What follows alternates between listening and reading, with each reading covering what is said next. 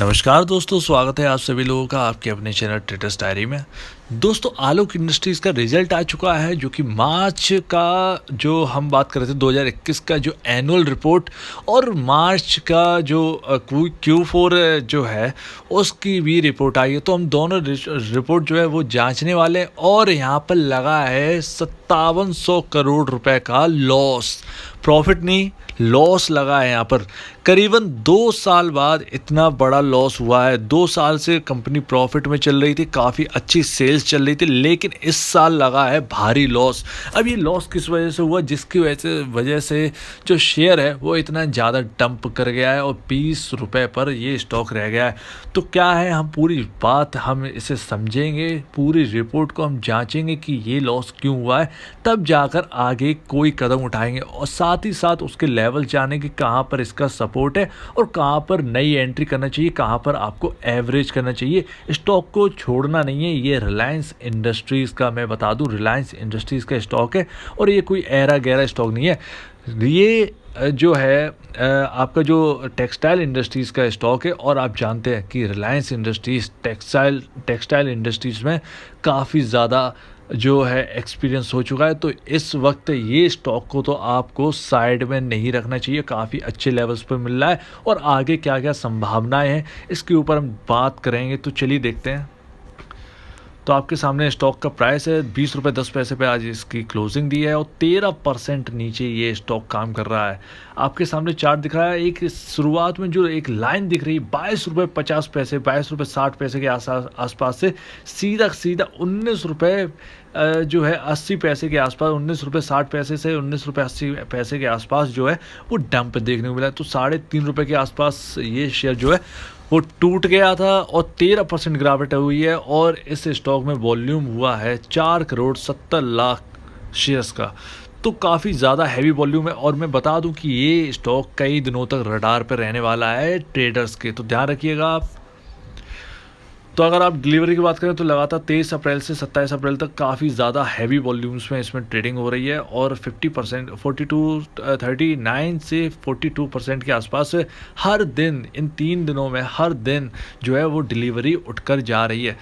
तो ऐसा लगता है कि किसी ने इसमें खेल खेला है, पहले ख़रीदा है फिर बेच दिया है, लेकिन आज लगता है रिटेल इन्वेस्टर काफ़ी ज़्यादा ख़रीद के गया है इस स्टॉक को। तो आपके सामने फंडामेंटल डिटेल्स हैं, उसके बाद हम जांचेंगे सबसे इम्पॉर्टेंट रिपोर्ट, लेकिन हमें इसको जानना बहुत ज़रूरी है और उसको हम जान लेते हैं। तो मार्केट कैप क्या है? कुल मिला के 10,000 करोड़ का मार्केट कैप है इस कंपनी का। 10,000 करोड़ की ये कंपनी है। इसका जो वैल्यू है वो 10,000 करोड़ रुपए। अर्निंग पर शेयर क्या है?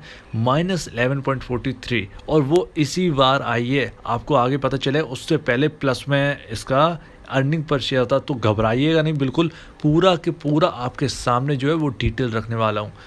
पी रेशियो हमको पता नहीं है, इंडस्ट्री भी पता नहीं है। बुक वैल्यू नेगेटिव में चली, 34 रुपये नेगेटिव में चली, यानी स्टॉक का प्राइस यहाँ से 34 प्लस कर देंगे तो लगभग 54-60 रुपये के आसपास इसका रियल प्राइस होना चाहिए था। लेकिन नेगेटिव क्यों है ये समझ में नहीं आ रहा। यहाँ पर माइनस का निशान क्यों आ रहा है ये तो डेफिनेटली यहाँ पर समझ में नहीं आ रहा है।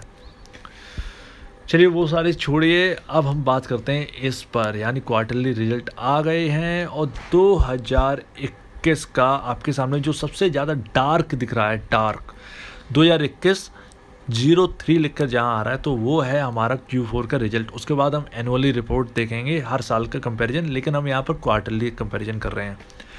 तो इस बार सेल हुए इस क्वार्टर में 1466 करोड़ रुपए की और खर्च हुआ है 1314 करोड़ रुपए का, यानी बराबर बराबर खर्च भी है। जहाँ कमाई हो रही है पूरी तरह से, जहाँ पर कमाई हो रही है वहाँ पर पूरा खर्च भी है।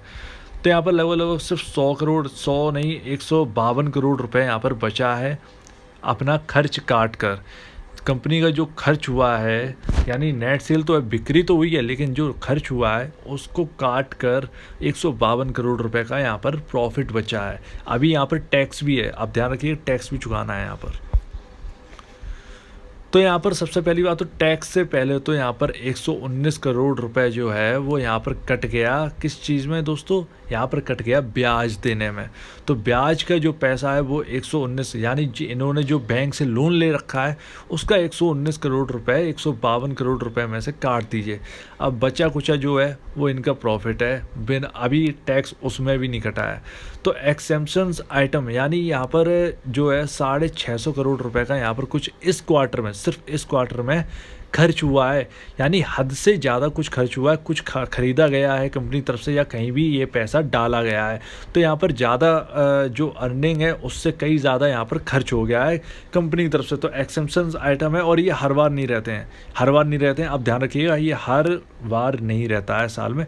ये एक्सेम्पशंस आइटम कुछ इन्होंने कुछ किया है कंपनी की तरफ से, कुछ एक कोई काम किया गया है जिसकी वजह से यहाँ पर लॉस यहाँ पर दिख रहा है। तो 650 करोड़ का ज़्यादा खर्च हुआ है। तो साफ सी बात है 40 करोड़ का प्रॉफिट बचा था, ठीक है ना, उसमें 650 करोड़ काटेंगे तो 600 करोड़ का सीधा 600 करोड़ का यहाँ पर लॉस ही होगा। तो चलिए देखते हैं।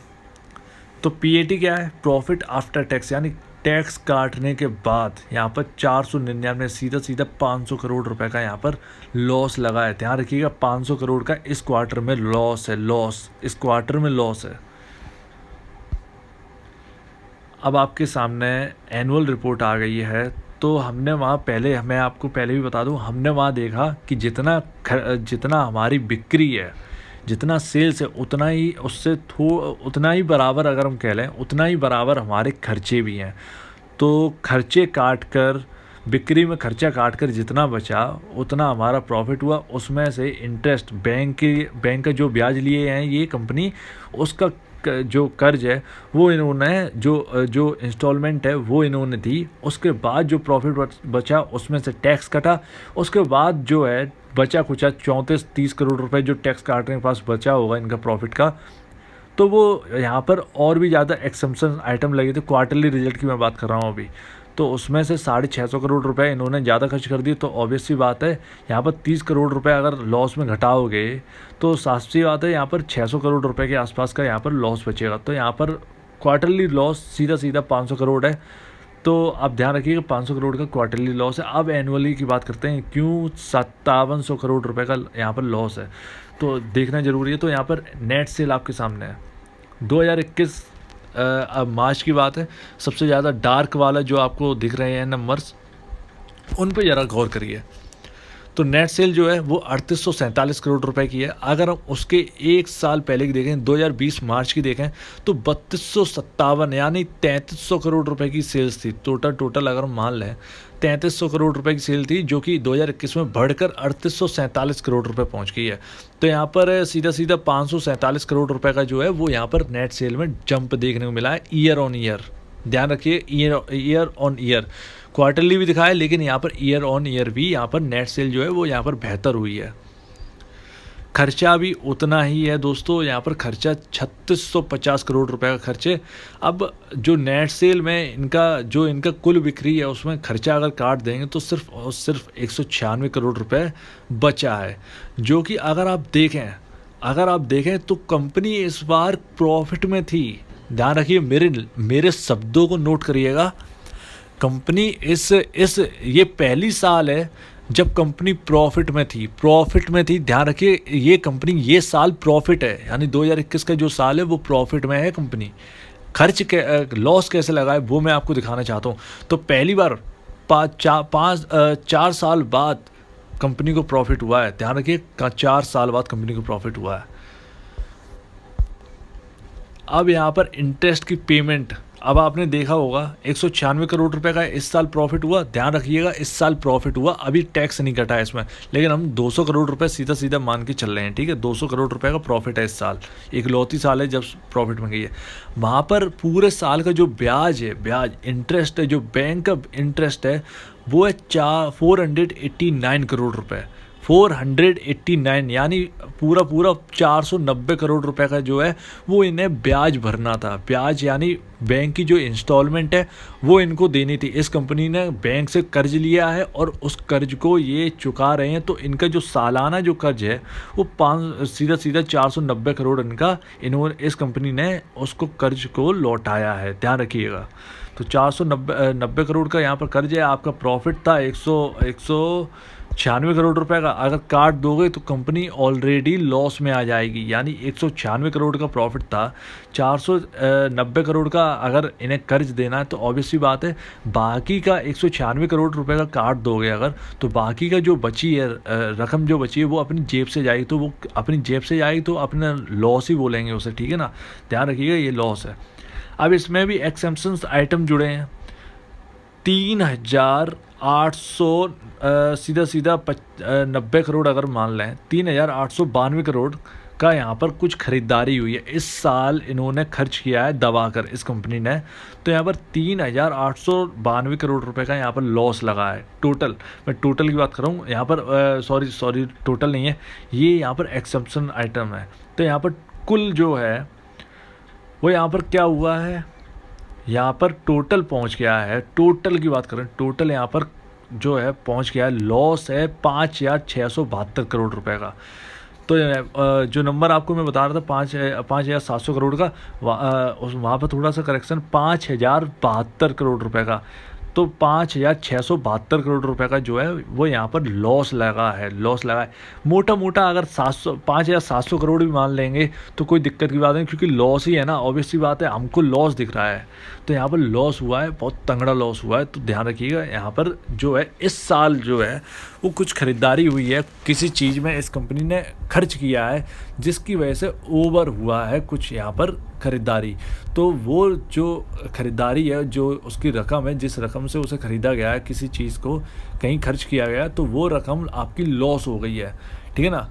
तो यहाँ पर लॉस है प्रॉफिट के बाद। ये साल आप ध्यान रखिएगा एक्सेम्पशंस आइटम की वजह से ये कंपनी लॉसेस में आई है, ध्यान रखिए, नहीं तो ये साल ये प्रॉफिट में थी। 4 साल बाद पहली बार प्रॉफिट में आई है ये, ध्यान रखिएगा, मेरी लाइन को हमेशा याद रखिएगा अभी इस वक्त कि 4 साल बाद ये प्रॉफिट में आई है। लेकिन कुछ इस साल ज़्यादा खर्चा हुआ है जिसकी वजह से ये कंपनी लॉसेस में आई है, प्लस उसके साथ बैंक का जो ब्याज ज़्यादा था वो भरा गया। लेकिन कुल मिला के ये हमको यहाँ पर समझ में आया है कि एक्सेम्पशंस आइटम का जो लॉसेस है वो हर बार नहीं रहते हैं। तो इस साल हुआ है, अगली साल ये पॉसिबल नहीं है कि ये इतना खर्च कर दें, ठीक है ना। तो ध्यान रखिएगा। तो अगली साल जो है, अगले क्वार्टर जो है वो अच्छे रिजल्ट आएंगे और क्वार्टरली जो है वो हालात सुधर रहे हैं। और ईयर ऑन ईयर हर साल का जो अगर रिपोर्ट तय करेंगे तो इस साल का बहुत ही बेहतरीन हुआ है, ध्यान रखिए इस साल का बहुत बेहतरीन हुआ है। और लगता है कि आने वाले साल जो है वो काफ़ी ज़्यादा बेहतरीन अच्छे गुजरने वाले हैं। तो ध्यान रखिए इस स्टॉक पे आप नज़र रखिएगा, ध्यान रखिएगा ये कंपनी प्रॉफिट में है लेकिन लॉस में आई है एक्सेम्पशंस आइटम के वजह से। तो ध्यान रखिएगा, ये बात ध्यान रखिएगा, कभी भी शेयर अभी जब भी आप शेयर जब खरीदें तो ध्यान रखिए कंपनी प्रॉफिट में लेकिन लॉस में गलती से कुछ खरीदारी इन्होंने की है कंपनी ने, उसकी वजह से आई है। तो आपका डाउट यहाँ पर क्लियर हो गया होगा कि क्यों इतना लॉसेस दिखा रहे हैं, तो आपको पता चल गया होगा, उम्मीद है आपको पता चलेगा। इस वजह से अर्निंग पर शेयर जो है वो -11.43 दिखा रहा है, ध्यान रखिए -11.43 इसी वजह से दिखा रहा है। उससे एक साल पहले अगर 2020 का अर्निंग पर शेयर देखें तो 5.93 रुपये अर्निंग पर शेयर था। तो ध्यान रखिए पहले अर्निंग पर शेयर काफ़ी अच्छा था, इस बार बिगड़ा है लेकिन ये बार हर बार नहीं चलेगा, तो आगे अच्छा आएगा रिजल्ट, तो ये अच्छा ही होगा। अब रिलायंस इंडस्ट्रीज इस कंपनी में 75% हिस्सेदारी ओन करती है, पब्लिक जो है वो 25% सिर्फ ओन करती है, उसमें FII 0.90% यहाँ पर जुड़ा हुआ है, 1% से 0.10 कम है, 1% तक यहाँ पर FII जल्दी से जल्दी यहाँ पर लगता है कि पहुँचा देंगे इसका। DII 0.73% और रिटेल इन्वेस्टर 23.38% इस कंपनी में होल्ड करते हैं। तो ध्यान रखिएगा, जैसा कि मैंने बताया रिलायंस इंडस्ट्रीज इस कंपनी में काफ़ी ज़्यादा ओन करती है और सीधा 40% इसमें ओन करती है। जस्ट वेट अ सेकेंड, मैं आपको बता दूं 75% जो आपको दिखा रहा है वो एक्चुअली इस वजह से दिखा रहा है। यहाँ पर ध्यान रखिएगा, पूरा का पूरा 75% रिलायंस कंपनी होल्ड नहीं करती है। रिलायंस इंडस्ट्रीज 40% होल्ड करती है। उसके बाद जेएम फाइनेंशियल, आपने नाम सुना होगा, स्टॉक लिस्ट है। जेएम फाइनेंशियल यहाँ पर 35% होल्ड करते हैं। टोटल मिला के दोनों का अगर टोटल मिला देंगे तो 75% निकलता है। दोनों कंपनियाँ बहुत बड़ी कंपनी है। जेएम फाइनेंशियल बहुत बड़ी असेट कंपनी है, तो यहाँ पर वो 34.99% यहाँ पर होल्ड करते हैं, और रिलायंस इंडस्ट्रीज 40.01% यहाँ पर होल्ड करते हैं। तो टोटल मिला के 75% हो जाता है। और यहाँ पर बहुत ही चौंकाने वाली बात है, निप्पॉन इंडिया भले ही छोटी सी रकम यहाँ पर होल्ड कर रखे हो, लेकिन 71 लाख रुपए इस कंपनी के अंदर इन्होंने इन्वेस्ट कर रखा है। मोतीलाल ओसवाल इस कंपनी में 54 लाख रुपए इस कंपनी में लगा रखे हैं। ओसवाल निफ्टी 500 फंड यहाँ पर 4 लाख रुपए, ओनली 4 लाख रुपए लगा रखे। तो जो रकम है वो बहुत छोटी है, लेकिन कम से कम एटलीस्ट नाम तो जुड़ा हुआ है ना। नाम को देखिए, कम से कम नाम तो जुड़ा है ऐसी कंपनियों में, ठीक है ना। यहाँ पर चौंकाने वाली खबर क्या है? चौंकाने वाली आपके सामने रिपोर्ट रखी है 19 मार्च 2021 को वैनगार्ड की तरफ से। वैनगार्ड जो अमेरिका का बहुत बड़ा ग्रुप है, ध्यान रखिएगा, उनकी तरफ से 19 रुपए 91 पैसे पर 2 करोड़ 52 लाख शेयर यहाँ पर खरीदे गए हैं। तो ध्यान रखिएगा, इस कंपनी के अंदर वैनगार्ड जो है वो इस कंपनी के अंदर जुड़े हुए हैं। तो ध्यान रखिएगा, आप हमेशा ध्यान रखिए कि वैनगार्ड भी इस कंपनी में जुड़ा है। तो 3 बड़े नाम आपके सामने आ चुके हैं, ठीक है ना। और ये ऑल टाइम चार्ट है आपके सामने सन 2000 से सन 2021 तक का, ठीक है ना। तो 2021 तक का चार्ट है और आपके सामने रखा है। और ध्यान रखिएगा कि 16 रुपये 50 पैसे काफ़ी ज़्यादा इंपॉर्टेंट लेवल है। तो अगर कोई भी हो, शॉर्ट टर्म, लॉन्ग टर्म, या कोई ट्रेडर हो, तो ध्यान रखिएगा आप 16 रुपये 50 पैसे का इम्पोर्टेंट लेवल है, और 16 रुपये 50 पैसे के ऊपर ख़रीदारी ही आनी चाहिए। अगर नीचे गिरता है तो 16 रुपये 50 पैसे टूटना नहीं चाहिए। अगर टूटता है तो दूर रहिएगा, अगर टूटता नहीं है तो होल्ड करिएगा अपने शेयर्स। ज़्यादातर आप होल्ड करके चल सकते हैं। और नई खरीदारी भी आप इसी लेवल के आसपास कर सकते हैं, किसी भी लेवल पे कर लीजिए, 17 रुपये 18 रुपये कभी भी कर लीजिए, लेकिन 16 रुपये 50 पैसे काफ़ी इंपॉर्टेंट लेवल हो जाता है। तो आप इसे ज़रूर ध्यान रख के चल सकते हैं। बाकी लॉन्ग टर्म के लिए कंपनी काफ़ी अच्छी लग रही है। देखिए, रिलायंस इंडस्ट्रीज़ की कंपनी है, और देखिए 500 करोड़ शेयर जो हैं वो इस कंपनी के मार्केट में इशूड हैं। 500 करोड़, यानी अगर इस कंपनी की हालत सुधरती है, आपको पता होगा कि 60 रुपये के लेवल्स, यानी 54 से 55 रुपये के लेवल्स इस कंपनी ने अभी हाल ही में दिखा दिए थे। तो 55 रुपये की जो लेवल्स हैं, यहाँ पर देखिए 2-3 दिनों बाद एक्सेप्शन आइटम है, जिसकी वजह से लॉस जो है वो लगा है। लेकिन अगर इसे मार्केट हल्के में लेगा तो ज़्यादा बेहतर रहेगा, क्योंकि इसमें कोई बड़ी बात नहीं है। देखिए, पैसा तो डालना पड़ेगा ना कंपनी में। जैसे कहीं जो है मशीन की काफ़ी ज़्यादा ज़रूरत है, मशीनें पुरानी हो गई हैं, लेकिन मशीनें लानी हैं, तो उसका तो खर्चा होगा ना। अब उसे आप लॉस में दिखाएं या किसी में भी दिखाएं, वो खर्चा तो होना था आपका, ठीक ना। वन टाइम खर्चा होता है ये। तो इससे ज़्यादातर आप पैनिक बिल्कुल ना हो। मैं आपसे यही कहूँगा कि पैनिक होने की बिल्कुल भी ज़रूरत नहीं है। एग्रेसिव जो लोग हैं वो इस कंपनी में अपनी होल्डिंग जो है, वो पोजीशन जो है वो होल्ड कर चल सकते हैं। आप ध्यान रखिएगा, इस कंपनी में कोई भी दिक्कत नहीं है। और क्वार्टरली रिजल्ट और एनुअली रिजल्ट सुधर रहे हैं। कंपनी इस साल पहली बार 4 साल में पहली बार प्रॉफिट में आई थी। बस जो बैंक से कर्ज ले रखा है वो एक प्रॉब्लम है इस कंपनी की, उसकी वजह से ये लॉस में आ गए। प्लस एक्सेप्शंस आइटम जो इस साल खरीदारी चली है इनकी तरफ से, उसकी वजह से ये लॉस में आए हैं। तो देखते हैं आगे के क्या पॉजिटिव आते हैं संकेत, लेकिन मेरी तरफ से तो ये पॉजिटिव संकेत है। तो अगर आपको 16 रुपये 50 पैसे के आसपास मिलता है तो आप इसमें ख़रीदारी करके चल सकते हैं। काफ़ी अच्छे लेवल वो ख़रीदारी करने के लिए हो सकते हैं। तो आप ध्यान रखिएगा इसके बारे में।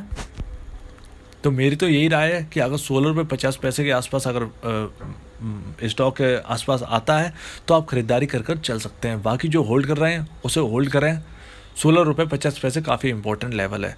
तो आप अपने फाइनेंशियल एडवाइज़र जो हैं वो इनसे आप डिस्कस करके चल सकते हैं, आप बात करके चलें, आप इस कंपनी के बारे में जानें, आपको ये शेयर होल्ड करना चाहिए या नहीं। अगर आपका फाइनेंशियल एडवाइज़र नहीं है तो आपने वीडियो तो देख ही ली है, ऑब्वियस सी बात है आपने सारी चीज़ें समझ ली होंगी, तो आप इसे भी देखकर आप चल सकते हैं और मुझे नहीं लगता ₹16.50 इतना ईज़िली तोड़ लेगा। तो अगर नहीं तोड़ता है तो बहुत अच्छी बात है, अगर तोड़ता है तो फिर थोड़ी दिक्कतें हो सकती हैं। तो आप अपने हिसाब से आप जो भी है आप डिसीजन लेकर चल सकते हैं, आपके सामने सारी की सारी बात आपके सामने रखती है। तो अगर आपको ये वीडियो अच्छी लगी तो आप प्लीज़ इस चैनल को जो है वो सब्सक्राइब करिएगा, लाइक करिएगा इस वीडियो को। तो अब दीजिए मुझे इजाज़त। वीडियो देखने के लिए बहुत बहुत धन्यवाद दोस्तों।